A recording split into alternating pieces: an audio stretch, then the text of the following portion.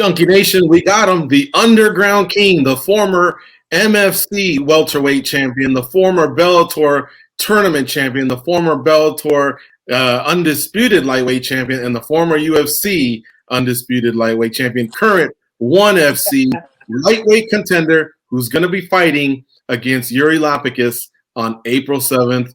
It's a run of 4 fight cards on TNT, Turner Sports, ONE Championship, and Turner Sports are collaborating starting April 7th. Welcome back, Eddie. How you doing? I'm excellent, man. Any better, I'll be you guys. Never gets old kind of to hear those highlights, right? Were KOs running through your head as I was giving you that intro? Oh, man. You went as far back as MFC. I'm like, man, he's going deep into the resume. But, pretty cool. Pretty cool history.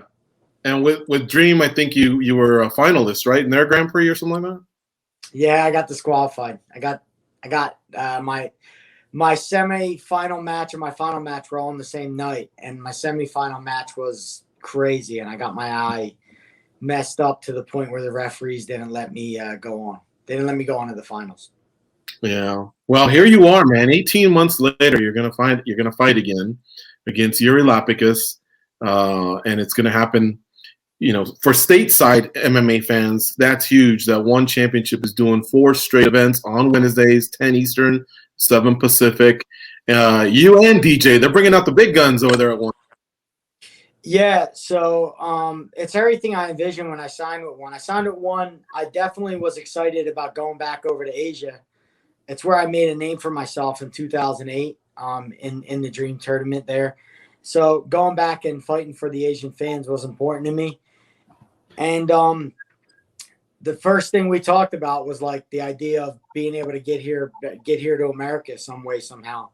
And this is the first step in a series of steps to be able to have like a physical show here. So what better way to start on TNT? Start with one of the largest shows of the year, me, DJ, kicking it off.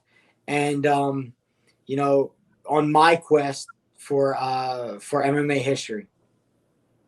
We studied Iuri Lapicus before his fight with Christian Lee. I had never really heard of him, honestly, but one thing I noticed was this guy's a storm in the first 3 to 5 minutes. You know what I mean? But then I look at you, and you've won 30 times, fought almost 40, so you've seen it all. But still, tell us a little bit about that matchup versus Iuri Lapicus. I think it's going to be fireworks. I don't see this going past a round and a half tops. Yeah, no, I haven't got much tape. If you guys got any tape, I'd love to get it off you. The only tape I've really seen was Christian Lee, and I know this much. I know he's from a judo background, so he's well versed in grappling. He's training with Giorgio Petrosian, who I always considered one of the best strikers in the world. So I know he has good guidance, and coming off his first loss of his career, I'd imagine he's going to be hungrier than ever. That being said, for me, I'm chasing history, and he's kind of, he's in my way. So it's important to get him out of there and get out of there in a decent fashion that kind of warrants a title fight. You said I'd imagine he's going to be hungry, but apply it to you. What did the first loss to you do to you? Did it make you hungrier? Did it just not matter much? Do you remember? My immediate thoughts when I lost my first fight was that I shouldn't fight any longer because I'm not the person who I thought I was. That's how disillusioned I was about myself. I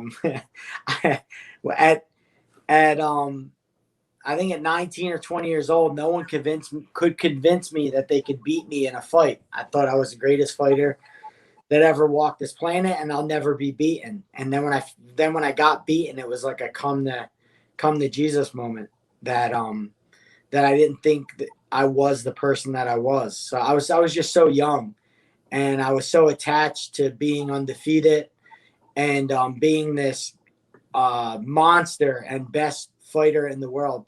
And I needed to really go back home and assess how I'm going to move on in the sport and how am I going to get over my first defeat. We always ask these fighters questions about their prime. Are you in your prime? Usually the answer yes, or I haven't reached it yet. But to be fair, I just gave you a lot of accolades of what you've accomplished. And we can't turn back the calendar. It does say 37, but does some of the physical still remain there of your championship material to match the experience, to match the mental game that's so important in the sport? Physically, like how I am today, I'm better physically than I've always was. So I'm moving in an improving direction as far as strength, speed, and intelligence. I think it's more. I think prime has more to do with your emotional energy toward the sport than it does with your physical energy. And I think sometimes like taking a step out of the sport and getting reinvigorated and kind of putting some things into perspective helps you grow that emotional energy toward it again, so you can fall in love with it all over again, and wake up early and go to bed late and do it that way. I think when people talk about prime, I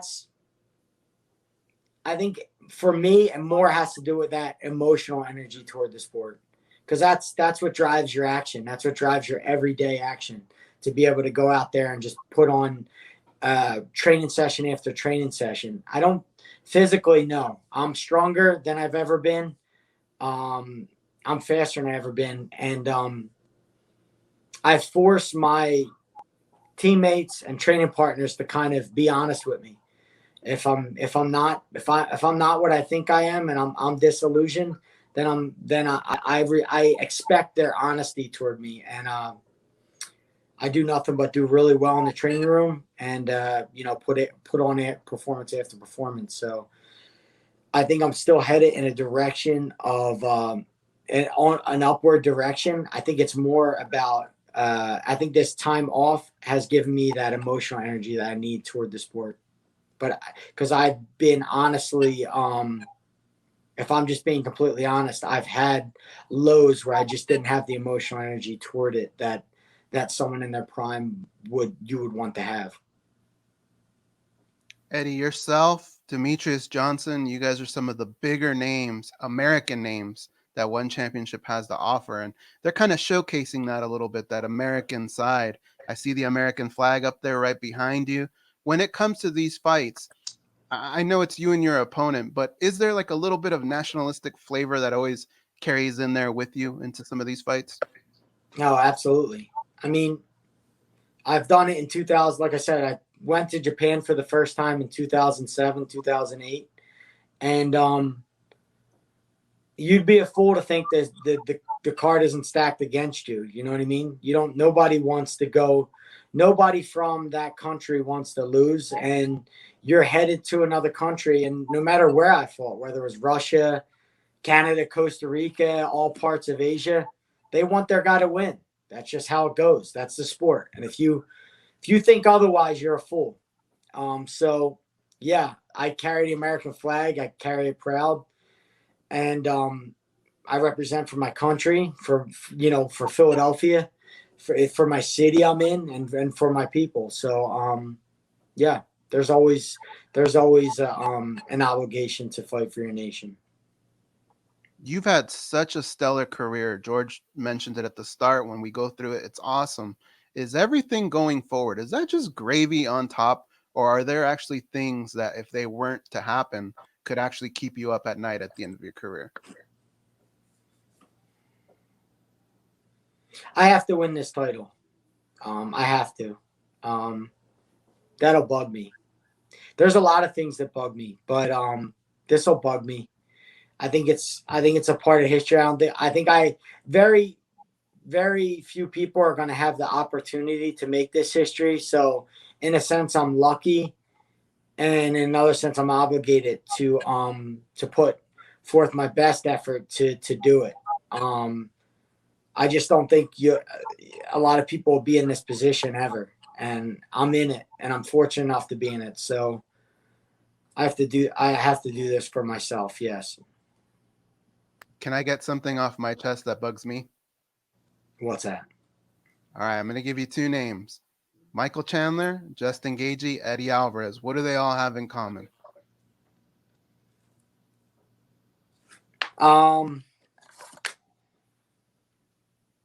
Oh, okay. They all learned their backflip off the cage, but from me. Dude, that scares the crap out of me when you do that. I can watch you fight, and you guys are throwing bombs, and I'm cool. I'm calm, collected. But the second you guys get up there, man, I get scared. As a fan, as somebody who's covered you guys, there's just no stopping you guys, right? That's just gonna keep going. No one's done as beautiful as I did. No one's done a perfect 10 out there as beautiful as I did. I like to see them do it though. That's good. I thought the answer to the question was going to be you three really didn't get your respect until you went to the UFC and competed there, because all three of you kind of did the same thing. So I thought that was the answer. I wasn't even thinking about the backflip. Yeah, it was a trap. Yeah, it was a trap. Yeah. I was trying to get him to say that, and then I was going to say, no, it's the backflip, but he got me. No, me and Justin actually got a chance to hang out this week when I went up there to help Kamaru Usman do his last a week or so of camp, and I got a chance to hang out with Justin and share some stuff with Trevor, and it was a hell of a time. It was really cool. I think when two people are as violent as we are, you can only choose peace, or else everyone perishes. What do you think of the way things are starting to split up? Pettis, another guy you shared the cage with, he's moving to PFL. He's going to start his season soon. You're now in one championship, mixing it up on April 7th. And in a way, if you think about it, you're coming back to an organization where Aoki fought, and you two both fought, not at one, but in Asia. So the lightweights, man, you guys have a lot of longevity, and a lot of you have paired up and moved on, but it's still, man, it's still a weight class that's very, very special and very historic because of all the stars and all the great fights, and and any promotion usually has a good lightweight division. Yeah, I think it's rare that a lot of the free agents are actually are ranked. I mean, I left being ranked number 4 in the world, and I know there's guys out there now who have one fight left on their contract who are ranked number 1, number 2, number 3 in the world. So it's definitely a new trend. I think it's important for fighters to test free agency and see what they're really worth.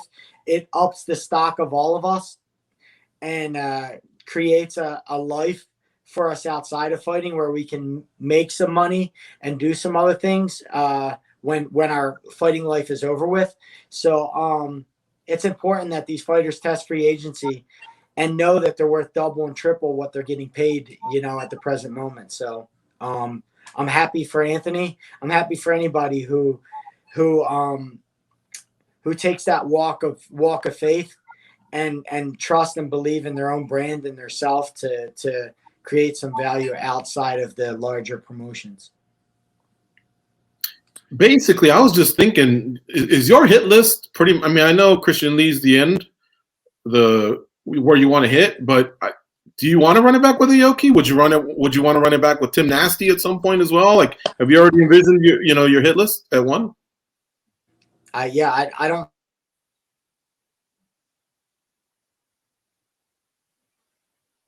Did we lose you, Ed?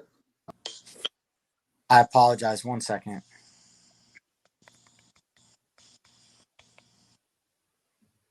You there? You guys there? We're here. We just don't see you. Oh, there he is.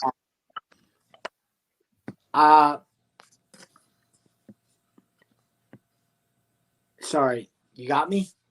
Yeah.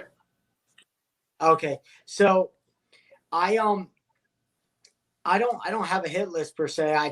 I'm trying to get to fight the best guy in the organization. The best guy is usually the guy with the strap around their waist. So whoever comes before them, that's who it is right now. It's Iuri Lapicus. So my blinders are on him. I'm looking to get after him, to execute him, and move on to the championship fight, which is that's all I really care about. As far as fighting guys in between, I don't want to fight just to fight. I want to be in the largest fights that have something on the line. So that would mean a world title. So that's what I'm looking to get to as soon as possible. Did you notice the one championship rankings that debuted recently didn't include you in the top 5? Yeah, I seen that. Any thoughts on that? Look, I've been laughing about rankings my whole life. It is what it is. I don't make them, So as far as I'm concerned, if I'm not in them, they're bullshit.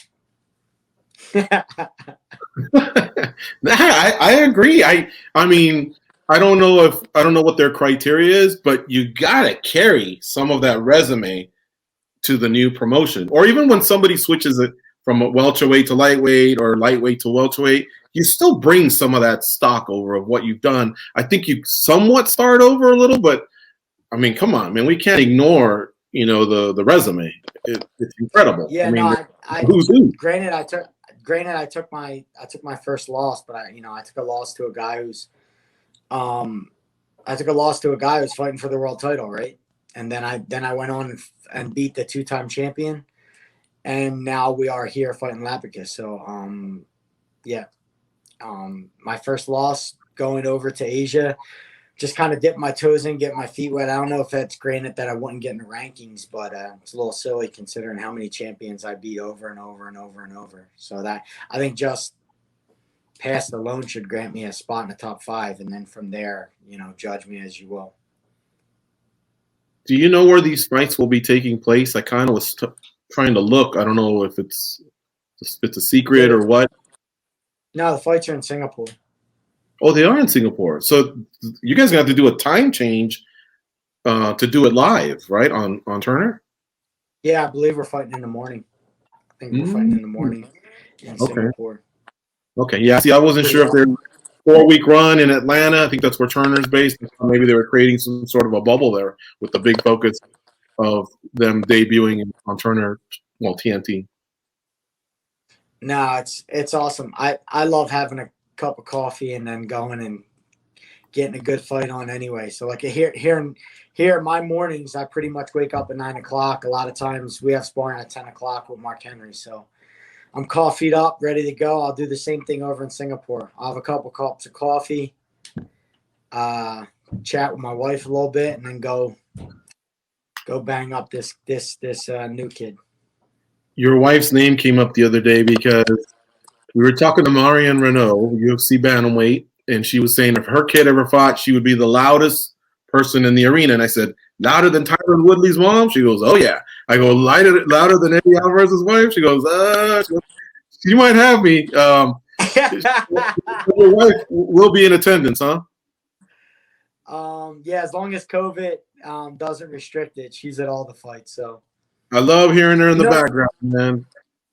I know what fans think. I know what I like. But you know what? My wife met me when she was 15 years old, and I wasn't shit. She used to pick me up from the damn ghetto of Philadelphia and give me a drive. I didn't have shit. I didn't have a pot to piss in or a window to throw it out of. And she loves hard. She loves really hard. So, like, if I got in a fight, whether it was on a street or in a cage, she wanted to fuck up whoever was fighting me. So that's rather she's not allowed to fucking jump in. So the best she can do is scream her head off. So I'm with her 24/7. She's my forever. So you're gonna hear her yell. Kensington, there huh? ain't shit you're gonna do about it. From the main streets of Kensington, right? Isn't that where you guys are? Well, no, she's not from Kensington. I am. She used to pick me up there, but yeah. I remember you came to our studio after a PFL event. You were there with some Black Zillion teammates, and we asked you for a street fight story because you are the Underground King, and it had something to do with you guys at a car and the car door opening or something. And I remember asking you, what was your wife doing? And I think you said, I think she started it. And she got you involved. I don't remember the story or whatever, but yeah, no, I can definitely tell she rolls with you, man. She's down. Yeah, she's had her mix in. Her and Dana had their mix ups, and she's emotional. She's emotional, but I wouldn't rather have anybody else by my side guarding me. So I'm gonna let her yell as much as she wants because she deals with this shit, and it's a dangerous life. It's a tough life. So if that's all she's doing is yelling, then yell your head off.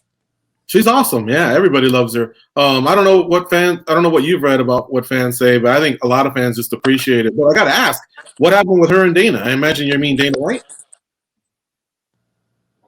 Yeah, no. After they just had their words like after the Conor fight. You know what I mean? My wife wanted to just make sure I was okay inside the cage, and they weren't letting her in the cage, so she got pulled out by security and stuff like that. She was loving me, going crazy and making sure I was okay. And there was she said some harsh words to some pretty high up people, and she was pissed off, and she had every right to be. So, but me and Dana hashed it out, and there was nothing after that. Did you watch Dana understood me. He said his wife is very similar. Did you watch the fights the weekend before? A lot of the guys that you shared space with fought. What were your thoughts? Yeah, I think both guys, Dustin Poirier, putting on them sprints that he puts on. I thought that would be the best way to hit that he could get it done. I agreed that if he gave Conor the space that Conor can relax and create stuff, that he'd have a bad night. But Dustin just fought a beautiful game plan by kicking that leg and then putting a short sprint on him and being able to cause him to panic and put him away. And then Mike Chandler coming out and in your debut with all that pressure, with all them people saying you're not this and you're not that, to be able to go out there and execute the way he did. It was just a beautiful night for MMA. And I think a lot of times the bad, in this sport, they don't care if you're the bad guy or good guy. The fight gods give the winner to whoever the winner is. And, the good guys conquered that night. It doesn't always go that way, but it's beautiful when it does. This is the last question. Thanks for your time. You went to work out with Kamaru Usman, who moved his camp, I believe, to Colorado.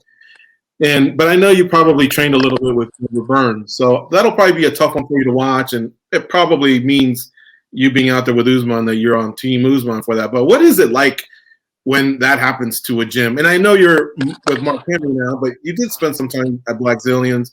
What is it like for the whole gym? Like, what's that anxiety like, seeing two teammates fight? For the record, I love both guys, and I want to see both do well. Them two fighting in a championship is just a testament of, of what Henry Hooft, is able to do and create great athletes and great fighters who are at championship level. And for him, it's not a bad problem to have when two of your best guys have to, by elimination, fight each other in a championship match. So I love Henry. Henry's taught me a lot in my career. And I just think it's the nature of the beast, right? I'm against it. I would never fight someone like Frankie. I would give him his turn and give him his shine. I wouldn't do that personally. But they're going to fight each other, and there won't be a winner per se for any of their friends or any of their trainers or athletes, but the best man will win. And that's what's the beauty of the sport. The best man will win on that given night. And whoever loses will dust himself off and come back stronger because of it. So good luck to both guys. Usman has been a friend of mine outside of the Black Zanes for the past couple of years.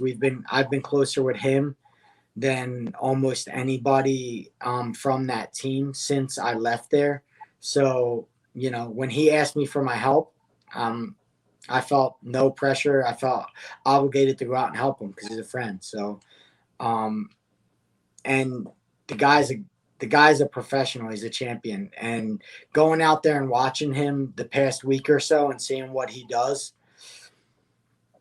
I am not surprised at his dominance in the sport of MMA. I'm not surprised one bit because I got to see his week, I got to see his days, and I got to see how he treats the sport and the respect he treats it with. So I drew some inspiration of hanging out with him for the week. Even myself, being in the sport for 20 years, have drew some really good inspiration that'll drive me into my camp coming up. It's always a great time with you, Eddie, man. Just all that history behind you on your wall, talking about these fights, talking about all the people you've mixed it up with. Thanks for always opening up with us about so many different subjects. But first things first, April 7th on TNT. Can't wait to see it, man. One championship making a huge splash 4 weeks in a row, 10 Eastern, 7 Pacific on TNT. You are going to be mixing it up with Iuri Lapicus. Pivotal fight there, a contender fight, a number one contender fight, one could say. And then Adriano Moraes defending against Demetrius Johnson. That's a serious 1-2 punch right there.